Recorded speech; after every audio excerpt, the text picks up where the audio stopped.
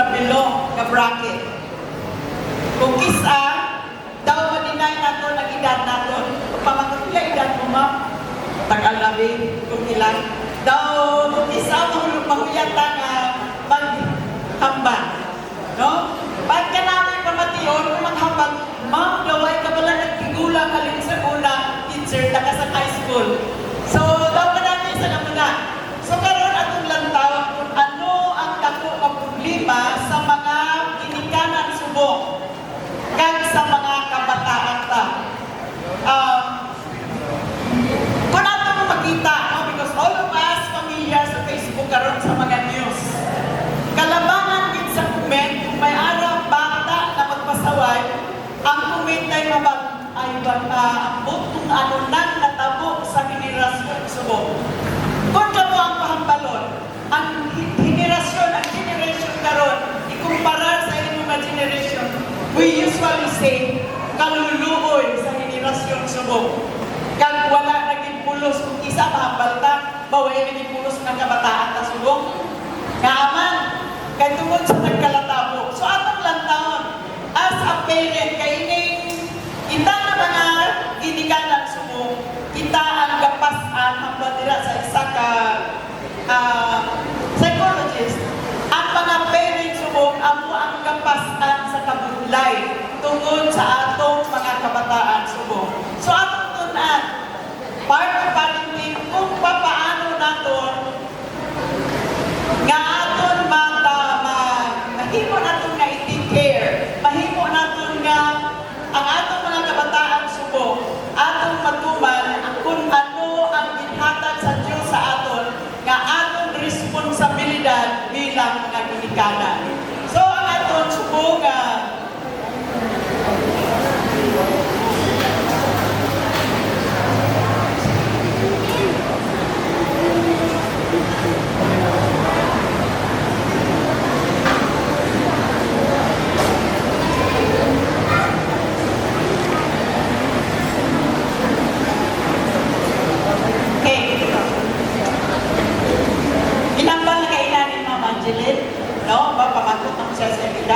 so we have baby boomers, we have generation X, generation Y, generation Z, kag-ibang pa ng mga henerasyon. Pero sa tuon-tuon lang, sa atong mga edad, sa akong edad, isang habal na ano mga henerasyon na bilong. So, atong lang taon na hindi tanang kita, daw familiar natin kung maghambal, baby boomers na sila, ano kita, di ba, isa?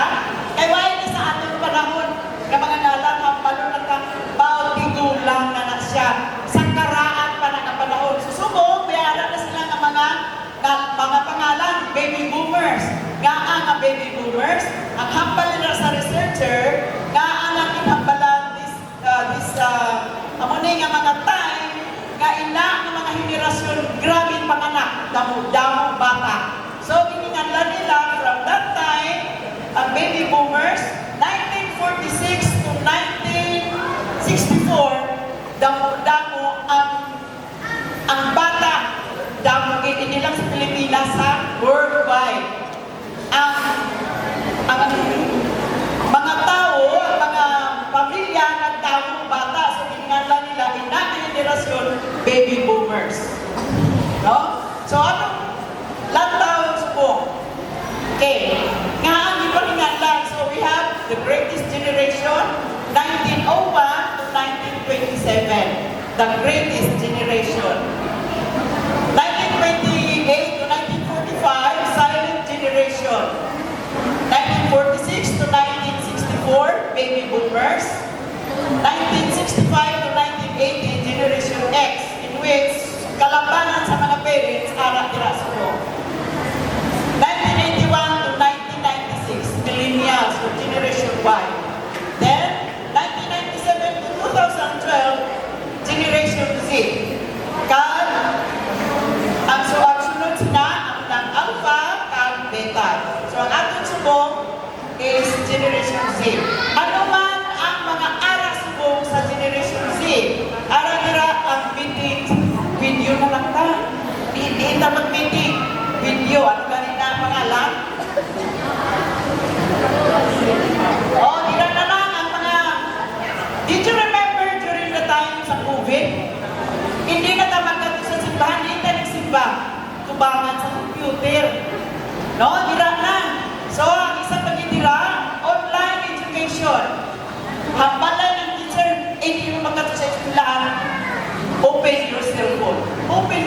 computer. Online ang klase subong.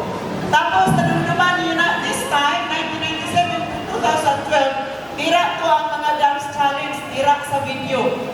No? So, ako ni ang mga virtual, mga gadgets, tira na nagdamo, kag ang social network. Itaso sa una, sa generation before 1997, hindi pwede nga dita magkato sa school. Hindi pwede nga dita magkato sa simbahan. Pero this time, tira na lang sila sa Dagwan ni Malay. Ito na lang magsurupong sa ilang hapon, mamatik sa maestra. Kaya usually, ang mga estudyante ang man, i-on ang cellphone, i-on ang computer, rin sila nagkato, hampang sa kwa. So, ako na ang pintubuan sa Generation Z. Okay, what about Generation X? In which kalabanan sa mga parents, tira na bilong. Ang problema, how to handle? Paano manandun as parents na atong mahandle ang Generation Z? Kalabanan na hambata, why naging pulos ang mga kabataan subong? Why naging nada? Hambal nila, mahambal ang mga questions subong, maghambal. What is wrong with our children this time? Diba, pirminanan ko ang ginapamakutan? Ano ginatabo sa atong mga bata subong? Pero hambal na isa ka researcher, isa ka psychologist, nakahambal siya. Pag pamangkot pa lang limo, salak ka na. Ngaman? Kaya ang pamangkot na anong salak sa mga bata subong? What is wrong with our children now? Instead of saying, what can I help with our children this time? As parents, kita nga mga Generation X, ang tangin na atong pamangkot. Ano iba ang akong mabuling sa akong anak subong? Dahil kung isa, palira sa research, kalabanan sa mga ginikanan subong, kalabanan natin subong. Especially young parents, pag nakita ang mga bata na nagsalaan tayo ng pamangkot, what's wrong with my kid? Anong natabo sa akong anak dito sa eskwelahan? Anong natabo ang akong anak? Ganito na sa simbahan, pagtapos, pag-ulit, diri ang nini. So, ang balira sa counselor, do not ask that question.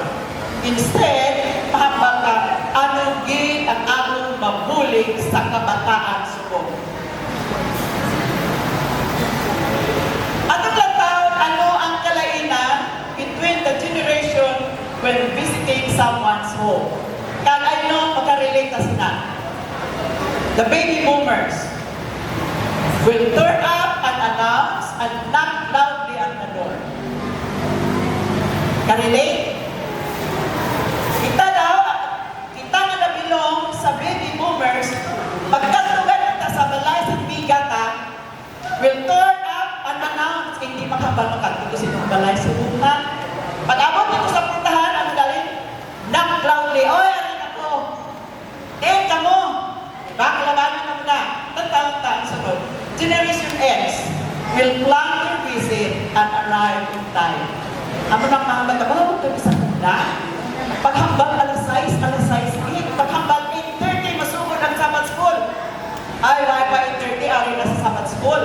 Pero siguro, ang natabo, 8:30 ang Sabbath school, pata. Ay, ato pa to. No, why pa?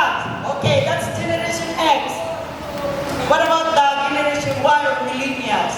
Will text you when they arrive. Ari na kami tubangan sa balay mo, abrihi anay. Latang ta ang Generation Z. Will simply send a photo of your front door. Karele, maari na kumabri ang puntahan. O magkanto sa amiga niya, ay di ka mo ano na po, picture ang puntahan, na nagsira o naglang padala. So that is the difference. Amo na siya ang kalainan sa mga generation when it comes to visiting ang home. Amo na nga may saying naghambal. Men are from Mars, women are from Venus. Bakit? Ano ang kalainan sa tao mahalin sa Mars kang alin sa Venus? Pero ang Generation X and Generation Z, ang badra, they came from different planets. Kama, in Usa ka balay, si Papa sa tama, mga bata, hindi pag-intindihan, hindi ka mapalita halin. Sige ko hambal sa ino ang muli nga, hindi ka nagpati, kahit hindi kasi ginambal ko. At hindi ka mag-intindihan, kaya halin ko Jupiter, ikaw gikan sa Mars, hindi ka mag-intindihan. Amo na ang sitwasyon sa atong panimalay subo. Ato lang taon nire, atong tunan ang mga tips on handling and generation Z ng mga kabataan. Kita kamo ng mga parents, ako lula naman ko. So kamo ng mga parents who belong to the generation. Number one, it requires moving away from directive parenting. Ano yung directive parenting? Pamangkutunta ang Generation X.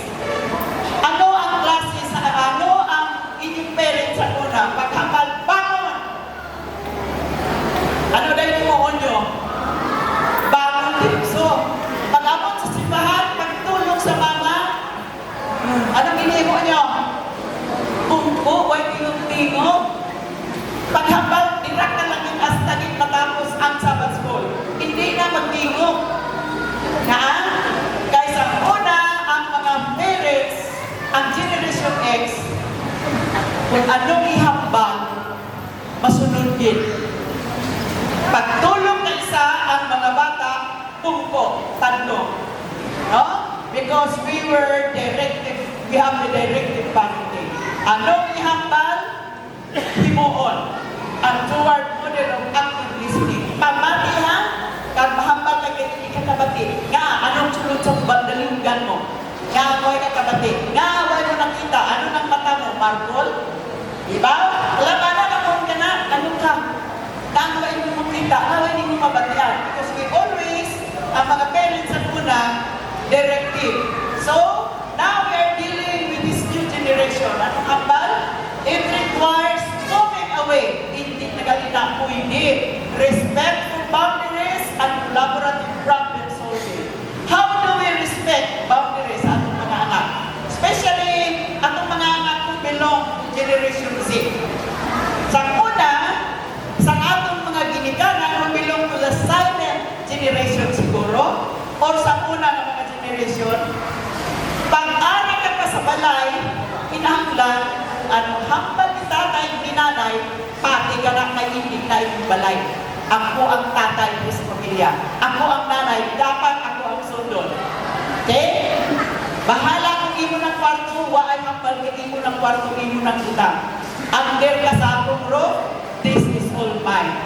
But this time, ang atong direction, ang atong one of the tips is respect boundaries. Paghambal niya na hindi mo na abuksan. Paghambal sa bata sumo, akon bala na. So, kinahanglan kita mga parents who belong to the ano galing na generation? Generation X. Kamo nga mga parents who belong to this one, respect their boundaries. Ang ilang kwarto, ilang kwarto. Ang ilang cellphone, kung maghambal silang hindi mo na i-open, hindi mo na i-open, kaya hindi na imo. Boundaries. Okay, number 2. Instead of giving lectures, ask an open-ended question and validate their emotions to build trust. Giving lectures. Ang mga parents sa una, ang mga asawa sa una, lecture, ginakirmi ako ng aral ng word nga, kagahuran sa inahan, na-hear ako kasawa. Kailangan sa ating generation, inahanglan lecture. Sa mga kabataan, lecture lang. Hambalan mo na sila, as tagil maghapon, the same subject. Anong natapos sa mga bata? Kaniganon ni mama. But this time, ang bagira, instead of giving lectures, ask an open-ended question and validate their emotion. Sa una, bahala maghibig ka. Basta ang hambal mo, amunin mo na.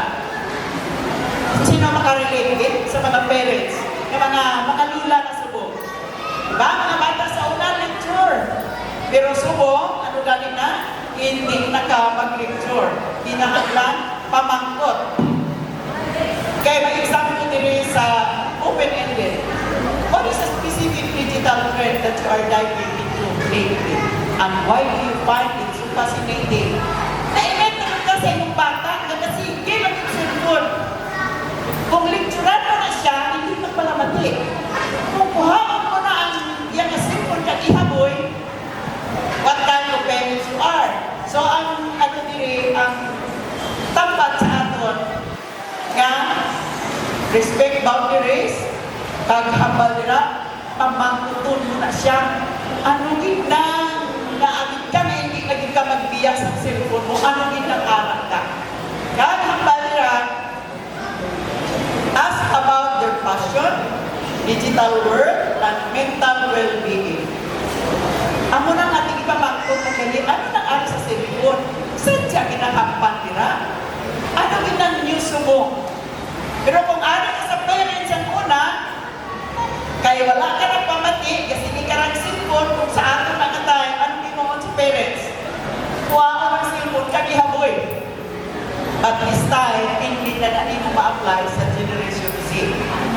So, pamangkuton mo na lang na siya, ano ginangaro sa cellphone, babe?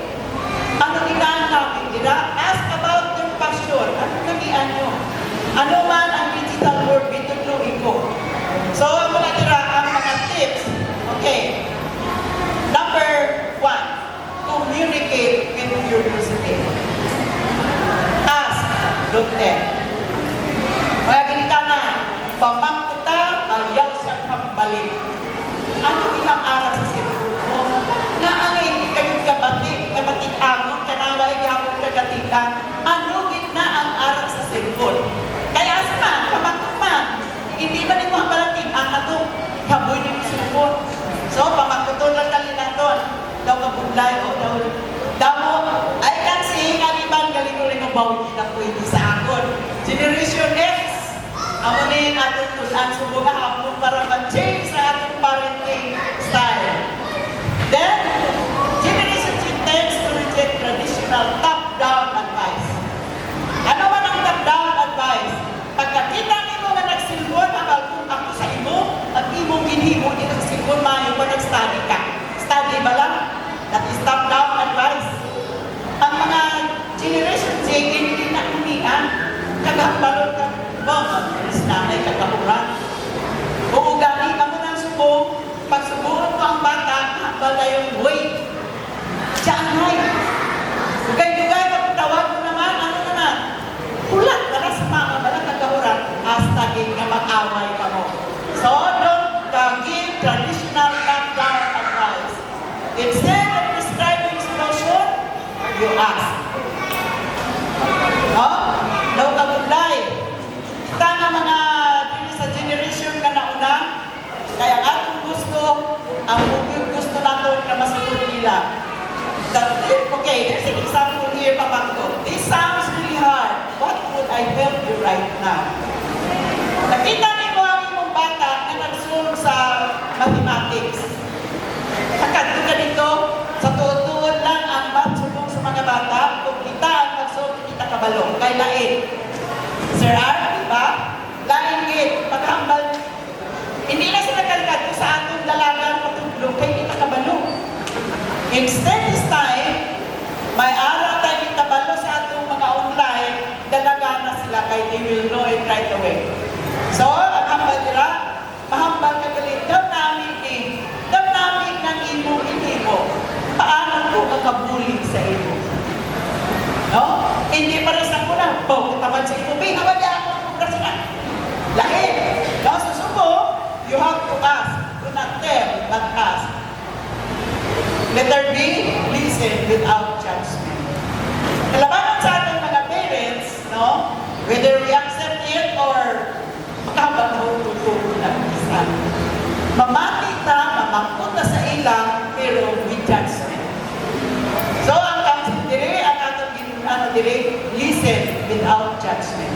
So, ang hindi kahalin, anak ka to, naghinom naman mo, no? Okay, that's judgmental. So, pamati ka, namangkot ka, hindi kahalin, tug-anan ka, nangaki ka, kaso hindi na siya maghambal sa imo kung hindi siya halin. Create a safe space to vent out without giving advice. Create a safe space to vent. Kung may anak, atong himo sa mag-create a safe place. Pamangutun na siya kay matungkaban. Hambal na siya kung anong katabong kung safe. Kahambal na why ka pamating na iban. Kag nakita sila, safe sila na hindi ko siya paghanuton. So, ang natira, without giving immediate advice.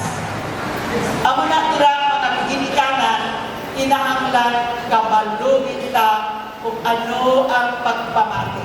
Kung pisan, may pamangkot ka, way pagano'y kasabang, ikaw na naguna, way ka na mati kung ano ang inambal niya.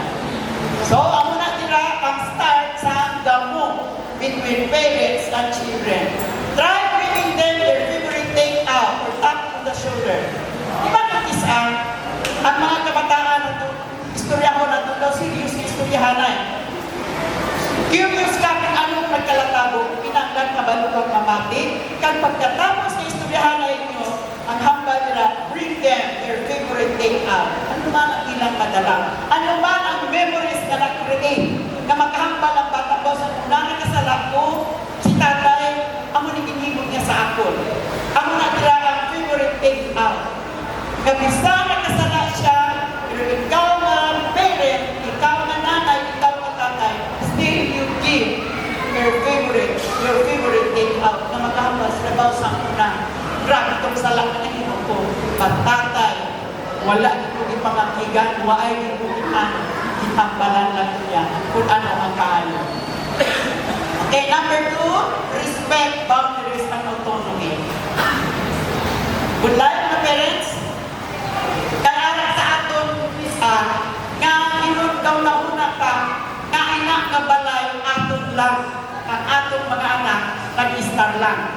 So, ang mga parents ng isa, especially parents who belong to Generation X, mahambang lang ako ni, waay kakatungod kay ako ni. So, hindi ta mag-respektar sa mga boundaries. Ang isa nila na boundaries, nabalang cellphone mo na nag-ibakal sa iya. Hindi nga butang ibakal mo na sa iya, but still you claim na imo na kay imo ang kwarta. So, respektar sa ilang ang boundaries, kat sa ilang ang autonomy. Validate their feelings. Ang hambal nila, kung acknowledge their boundaries and emotional limits. Kung nakita niyo, say for example, ang iyong mga bata, no, who belongs to Generation Z, may arak review, kag nagbulala na sila. Kag ikaw na init ka na, kaysa una, kasi di ka lang lagaw. Di, kamusta na itong boyfriend mo subong? Pag nakita mo ang bata, kadaw kahimiro na siya, stop telling her what is happening. Kaya ang hambal nila, respect boundaries and emotional limits. Kung nakita niyo nga daw hindi siya namian sa kinhambal mo, stop saying it. Kaya ma-establish ang inyong relationship.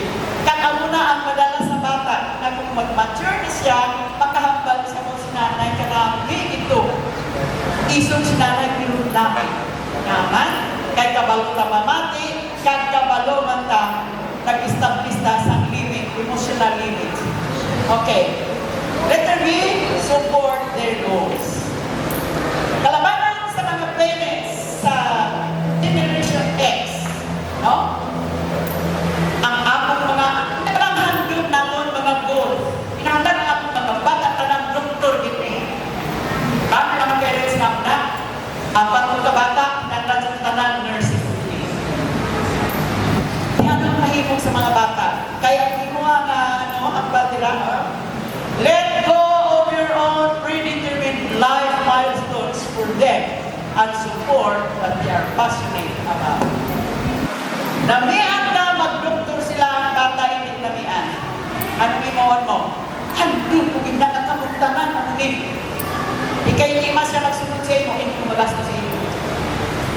Mag-doktor ka, gastuhan ka. Kung mag-nurse ka, gastuhan ka.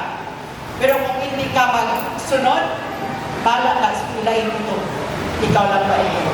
But, ang ano na to, for a happy and peaceful family, let go of your own predetermined life milestone for them. Kung ano ang ilang gusto, kung ano ang ilang gusto ng kurso, kaya mo Amo na ang pinakadamog nga lamisanan sa pamilya. Kinanglan mga mo kani, nurse kani, kinanglan, teacher ka, kinanglan mo na. Ang bata, hindi mo nabiyan, kakatapusan sinama, hindi na mag-eskwela, kamo na lang sa eskwela. Ha? Diba? Kamo na lang sa eskwela, ikaw na lang na eskwela, magpapitutok, kaya hindi ko. So, ating i-support kung ano ang ilang passionate about. Kung namiyaan sila mag-teacher, go for it. Kung namiyaan sila nga mag-business, suporta lang ang atong parents. Kita nga mga parents, support their goals. Number 3, build practical life skills. Paano ba na mag-build natin ang life skills sa mga bata who belongs to Generation Z? Now, letter A, its adult responsibilities help them build practical life skills like shopping, groceries, budgeting, or navigating taxes without doing it for them. I know na pakita din ang mga ginikanan na bisan na lang po na itong mga bata, itagapan ang dalawa. Kaya pag-amot nito sa kilid-kilid, kita nga mga nanay especially, kung naging mga bata ko, ako lang yapon galabata ko na. Ako lang yapon ng gabahinos, ako lang yapon. Kaya ba? Kaya why nato matudlogin while they were young. So, kahit sa ating mga parents, pinamdan, i-build nato ang practical life skills sa bata. When they know how to cook, when they know how to wash their own clothes, ang problema nino, hindi naging basta matigulang na ikaw yapon na managlaba. Okay. Letter B, tackle money anxiety. Have an open, honest conversation about financial and career path. So, kinahanglan kita ng mga parents, especially Generation X parents. Let us guide, let us build practical life skills for our children. Isang pangwarta. No? Ating kalistabilidad, na pinatang istoryahan natin sila sa mga financial, there must be conversation about financial. Paano ka? Anong himuon mo kay White Kwarta subong? Ano man ang himuon mo?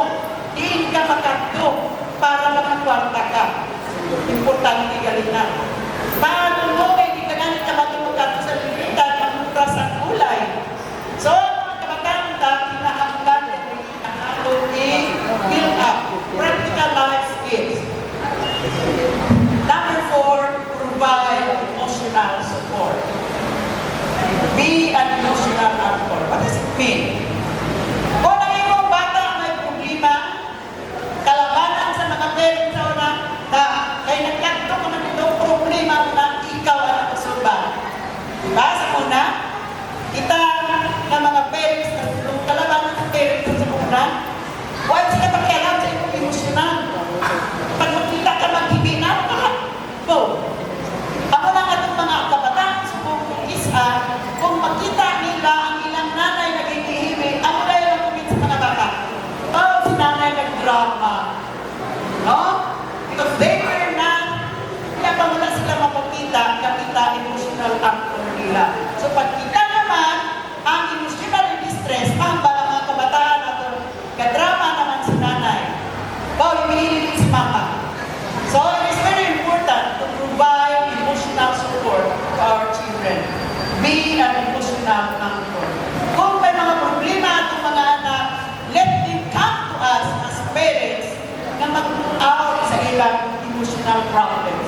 Emotional sitwasyon nila na mga emotional. Cultivate emotional transparency and resilience by providing a safe, non-judgmental environment to discuss challenges. So, ako ginahimo na ito, kita ng mga ginikanan. Atong mga anak, ilang taon, isa ng mga problema sa relasyon sa iba, sa ilang mga friends, sa ilang mga boyfriends, sa ilang mga girlfriends, sa ilang mga asawa. We hope na kita makaprovide emotional support. Hindi kapag kanto nila sa aton, hambala nga ito, ay mo man na, ikaw man ang galang sila, hindi mo ng problema. No? So, kita na mga ginikanan, it is our responsibility nga mainong tanga angkla kung sila ara sa ilang mga problema. Now, let We promote offline experiences. Paano na to?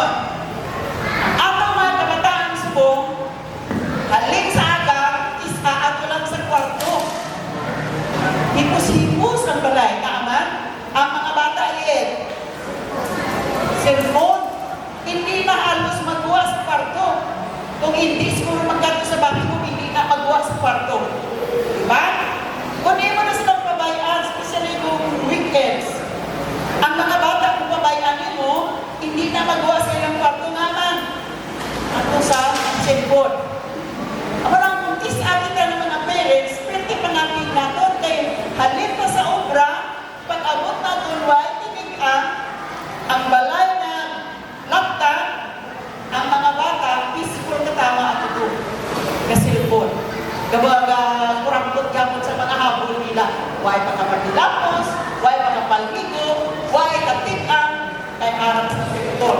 So, paano man natin pag-promote sa offline experience? Ano suggestion din? Don't judge their online lives, but actively encourage in-person interaction by taking them out on the family trips. Volunteering or exploring real-world activities. So, wala kita mga ginikanan, nagtaon na ito na itong mga anak ng araw na nagbulo na sa cellphone. Hindi na magawa sa kwarto. Hindi na magpupot. Pag-abal mo, katuta sa akin. Hindi na magpupot. Pagpamakot na aman, araw at sa game sa cellphone. So, ano ang suggestion? Kita na parents, maghimo tasang activities. Let's create activities. Na ina mo lang, katuta, matrip tayo, katuta dito, malagaw ta. Malibot ka sa libros. Ang ibang ato din ang responsibilidad, ang hambal nila sa one of the counselors, ang hambal niya, create activities ka ang mga kabataan na nag-glue sa cellphone, mag-upod sa ato. Magasto, pero kinahanglan mo. Kung isa, mas namin di mag-upod kay makagito malibot, magkakita sa sakong na maagi sa Jollibee, maagi sa Mando, maagi sa Jollibee, mahunong kagid kay mamalit. Di ka pag di mo baklan, anong hambal? Paupod lang ito mo, karoon ito mo baklan. No? So as parents, hambal nila, create activities sa mga bata. Okay, I would like to bring your mind. Jeremiah 13:20. Basahan na ito na tanan. Okay, ready, go.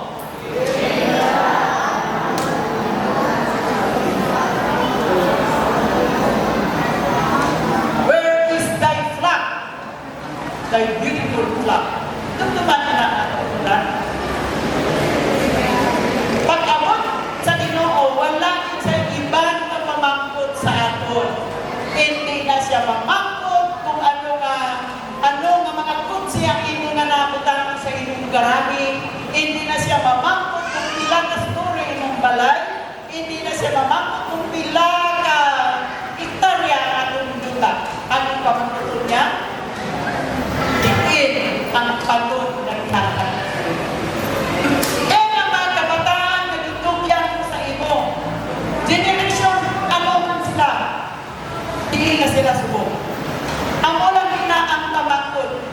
Try to open your Bible and find some questions nga pamangkot sa Ginoo. Pag-abot niya, pamangkot niya sa ginikanan. Hindi na siya mamangkot kung pila anong kurso sa mga anak mo. Hindi na siya mamangkot pila ka bata mo ang iyong doktor. Pila ka hektarya ang nabakal mo. Pila ka kondominyo ang aral sa imo. Ang pamangkot lang niya, diin at imong kapanon. Kag inakapanon, inhambal niya, matahog na panon. Matahog nila ng mga kabataan na gitugyan sa aton. Kag ako lagi na ang pamangkot sa imo. Parenting is a sacred calling. Parenting is more than providing food, shelter, and education. Kaya ako naman yung nakalabanan sa ato ng mga niligahan. Mapakakabot ko lang sila, mapa-eskwela ko, mahimuan ko sa balay, tapos na ang aking pagkaginikanan. Maghambal na, parenting is a sacred calling. So, kay sacred calling ang parenting, amo na siya, it is shaping a soul for eternity. Ato bala na ginundong ang ginikanan, nga ining bata nagihatag sa Diyos sa aton, ang dalon sa langit, ato may presentar sa Ginoo pagmamangkot ka sa inyong panod. Paano manaton? Bisan ano pa na henerasyon sila na belong. Generation X, Generation Y, Generation Beta, Generation ano pa na generation. Ang ihatag sa aton sa Ginoo na challenge, shape them for eternity. Prepare them. Pagbalik niya na may araw na may presenta. Kabay pa kita ng mga ginikanan, atong lantaon, atong batunon, na inang pagkaginikanan isa ka-sacred na pagtawag sa Diyos. Hindi atong babayan, hindi may natakot na sila, napakakot na sila, may balay na kami, bahala na sila. But God is calling us to prepare our children for eternity. And I hope we shape them for eternity.